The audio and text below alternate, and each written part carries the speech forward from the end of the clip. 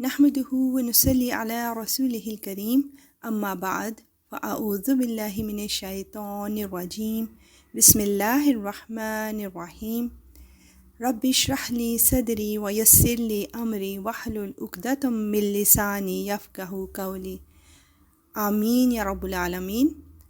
السلام علیکم every one. جیسا کہ ہم جانتے ہیں کہ رمضان قرآن کا مہینہ بھی ہے، جسے اللہ تعالیٰ نے انسانوں کی ہدایت کے لیے اتارا، اور اس کے نزول کے لیے رمضان کی بابرکت مہینے کی بابرکت رات کا انتخاب فرمایا۔ ارشاد باری تعالیٰ ہے، بے شک ہم نے اس کو ایک مبارک رات میں اتارا کیونکہ ہم ہی خبردار کرنے والے تھے، بے شک یا رب العالمین۔ قرآن مجید عربی میں نازل ہوا، اس لیے اس کی عربی میں تلاوت باعث ثواب ہے۔ ہر حرف پر 10 نیکیوں کا وعدہ ہے، سبحان اللہ۔ لیکن اس سے ہدایت لینے کے لیے یا تو ہمیں عربی میں مہارت حاصل کرنا ہوگی تاکہ اس میں جو ہمارے لیے ضابط حیات بتایا گیا ہے اس کو ہم سمجھ سکیں، اور یا پھر ہم اپنی زبان میں اس کے ترجمے اور تفسیر کو جانیں اور قرآن کی تعلیمات پر عمل کر کے اپنی دنیا اور آخرت دونوں سنوار لیں انشاءاللہ۔ دیکھیں نا، اللہ نہ کرے اگر ہمیں خوف ہو رہی ہو تو ہم خوف سرپ یعنی کھانسی کا شربت بائے کر کے اپنے پاس رکھ لیں، اس کو اٹھائیں، دیکھیں، پھر سنبھال لیں، تو کیا ہماری خوف ٹھیک ہو جائے گی؟ نہیں نا، جب تک کہ ہم اسے پئیں گے نہیں، وہ ہمارے اندر نہیں جائے گا، تب تک وہ ہماری بیماری کو ٹھیک نہیں کر پائے گا۔ اسی طرح ہمیں قرآن کو سمجھ کر پڑھنا ہے تاکہ ہمارے روحانی، جذباتی اور اخلاقی تمام بیماریاں ٹھیک ہو جائیں انشاءاللہ۔ اس بلیسڈ منتھ میں خوب دعائیں مانگیں، کبھی اجتماعی دعائیں اور کبھی تنہائی میں رو رو کر اپنے اللہ کو منا کر اپنے اور اپنے پیاروں کے لیے دنیا اور آخرت کی نعمتیں سمیٹ لیں۔ رسول اللہ صلی اللہ علیہ وآلہ وسلم نے فرمایا، تم اللہ سے دعا مانگو اور اس یقین کے ساتھ مانگو کہ تمہاری دعا ضرور قبول ہوگی، اور اچھی طرح جان لو کہ اللہ تعالیٰ بے پرواہی اور بے توجہی سے مانگی ہوئی غفلت اور لہو لعب میں مبتلا دل کی دعا قبول نہیں کرتا۔ جامع ترمذی میں اسے بیان کیا گیا ہے۔ سپوز اگر کوئی بات تو ہم سے کر رہا ہو لیکن دھیان اس کا سارا اپنے موبائل پر ہو، تو ہم سوچیں گے کہ اس کو مینرز نہیں ہے کسی سے بات کرنے کے، اور بدلے میں ہماری بھی توجہ اس سے ہٹ جائے گی۔ تو پھر اللہ کو کیسے پسند ہو کہ دعا تو اس سے کی جائے لیکن دل و دماغ کہیں اور ہوں۔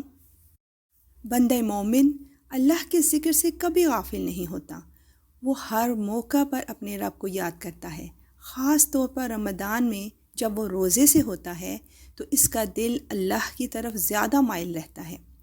قرآن مجید میں عقل والوں کے بارے میں اللہ تعالیٰ فرماتا ہے، جو اٹھتے، بیٹھتے اور لیٹتے ہر حال میں اللہ کو یاد کرتے ہیں۔ سبحان اللہ، اللہ تعالیٰ نے اپنے بندوں کے لیے کتنی آسانیاں پیدا کر دیں کہ ذکر کے لیے نہ تو وضو کی پابندی اور نہ جائے نماز پر بیٹھنا ضروری۔ ذکر ایک جامع لفظ ہے جس میں اللہ کی تسبیح سبحان اللہ، تمہید الحمدللہ، تکبیر اللہ اکبر اور تحلیل لا الہ الا اللہ سب شامل ہیں۔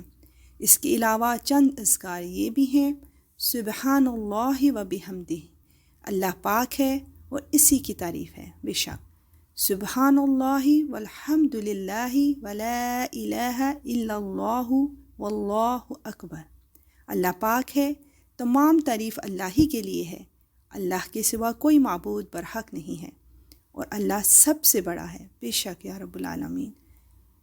سبحان اللہ و بحمدہ عدد خلقہ و رضا نفسہ و زنات عرشہ و مداد کلماتہ، پاک ہے اللہ اور اسی کی تعریف ہے، اس کی مخلوق کی تعداد کے برابر، اس کی ذات کی رضا کے برابر، اس کے عرش کے وزن اور اس کے کلمات کی سیاہی کے برابر، بے شک۔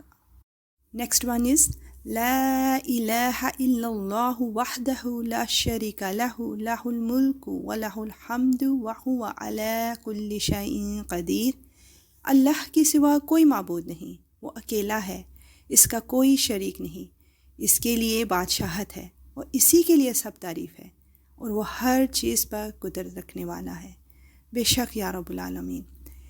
اور اس کے علاوہ درود پاک، آیت کریمہ، استغفار کی کثرت کر کے اپنے ٹائم کو پریشس بنا سکتے ہیں انشاءاللہ۔ رمضان سخاوت کا مہینہ بھی ہے۔ اس ماہ مبارک میں نبی کریم صلی اللہ علیہ وآلہ وسلم کی سخاوت کی کوئی انتہا نہ رہتی۔ حضرت عبداللہ بن عباس رضی اللہ عنہ بیان کرتے ہیں، نبی صلی اللہ علیہ وآلہ وسلم لوگوں کے ساتھ بھلائی کرنے میں بہت سخی تھے، اور رمضان میں جب جبرائیل علیہ السلام آپ صلی اللہ علیہ وآلہ وسلم سے ملتے تو آپ صلی اللہ علیہ وآلہ وسلم اور بھی زیادہ سخی ہو جاتے۔ رمضان میں ہر رات جبرائیل علیہ السلام آپ صلی اللہ علیہ وآلہ وسلم سے ملا کرتے، اور نبی اکرم صلی اللہ علیہ وآلہ وسلم رمضان گزرنے تک انہیں قرآن سناتے۔ جب جبرائیل علیہ السلام آپ صلی اللہ علیہ وآلہ وسلم سے ملتے تو آپ صلی اللہ علیہ وآلہ وسلم فیاضی میں تیز ہواؤں کی مانند ہو جاتے۔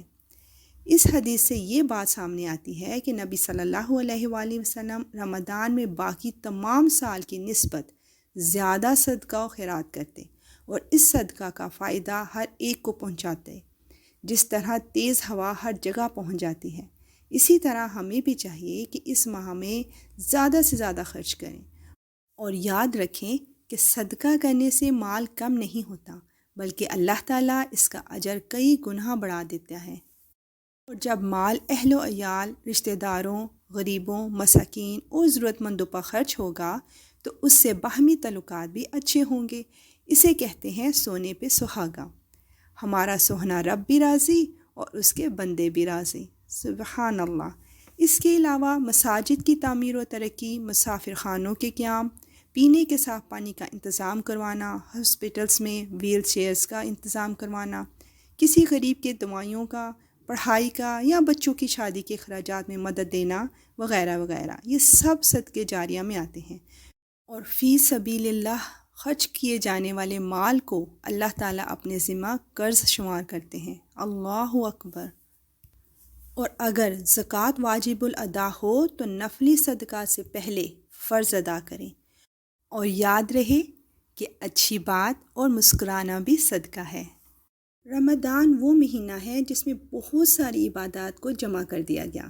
عبادات میں سب سے اہم چیز فرض نمازوں کی بر وقت ادائیگی ہے۔ اس کے علاوہ نوافل، چاشت اور اشراق وغیرہ اللہ کے قرب کا ذریعہ ہیں، اور رمضان کی راتوں میں اخلاص کے ساتھ قیام کرنے پر پچھلے تمام گناہوں کی بخشش کی خوشخبری دی گئی ہے۔ نبی کریم صلی اللہ علیہ وآلہ وسلم نے فرمایا، جس نے ایمان کے ساتھ اور ثواب کی نیت سے رمضان کی راتوں میں قیام کیا، اس کے گزشتہ سارے گناہ معاف کر دیے گئے، اللہ اکبر۔ یہاں یہ بات قابل غور ہے کہ عبادت کا مقصد صرف اللہ کی رضا حاصل کرنا ہو، نہ کہ لوگوں کی واہ واہ۔ اللہ کے گھر کی زیارت ہم سب کے دل کی تمنا ہے۔ حج اور عمرے کے لیے ہر مسلمان کا دل تڑپتا ہے۔ رمضان میں جہاں دیگر عبادات کا اجر و ثواب بڑھ جاتا ہے، وہاں عمرہ کا ثواب بھی حج کے برابر ہو جاتا ہے۔ آپ صلی اللہ علیہ وآلہ وسلم نے فرمایا، جب رمضان آئے تو عمرہ کر لینا، اس کا ثواب حج کے برابر ہے۔ لیکن یاد رہے کہ رمضان میں عمرہ ادا کرنا اجر کے اعتبار سے حج کے برابر ہے، لیکن اس کے ادا کرنے سے فرض حج ساقط نہیں ہوتا، یعنی وہ آپ کو ادا ہی کرنا ہوتا ہے۔ یہ ایسے ہی ہے جیسے کوئی کہہ دے کہ آپ نے تو مجھے اتنی بڑی خوشخبری سنا دی کہ مٹھائی کھائے بغیر ہی میرا منہ میٹھا ہو گیا ہے۔ یہ ایک احساس ہے، لیکن ایکچول منہ میٹھا کرنے کے لیے تو آپ کو مٹھائی کھانا ہی پڑے گی۔ اللہ تعالیٰ ہم سب کو اپنے گھر کی سعادت نصیب فرمائے، اور ہم اس وقت کو زیادہ سے زیادہ اللہ کی عبادت کرنے اور اس کی رضا حاصل کرنے والے کاموں میں گزار دیں، انشاءاللہ، آمین، اللہم آمین۔ انشاءاللہ نیکسٹ ایپیسوڈ میں ہم رمضان کے آخری عشرہ کی عبادات اور ان کی فضیلت کے متعلق جانیں گے۔ اللہ تعالیٰ ہمارے روزوں اور اس میں کی جانے والی عبادات کی تمام کمی پیشیوں کو معاف کرتے ہوئے اسے قبول و مقبول فرمائے، آمین، اللہم آمین۔ اب اجازت، وآخر دعوانا ان الحمد للہ رب العالمین۔ سبحانک اللہم وبحمدک، اشہد ان لا الہ الا انت، استغفرک واتوب الیک۔ السلام علیکم ورحمۃ اللہ وبرکاتہ۔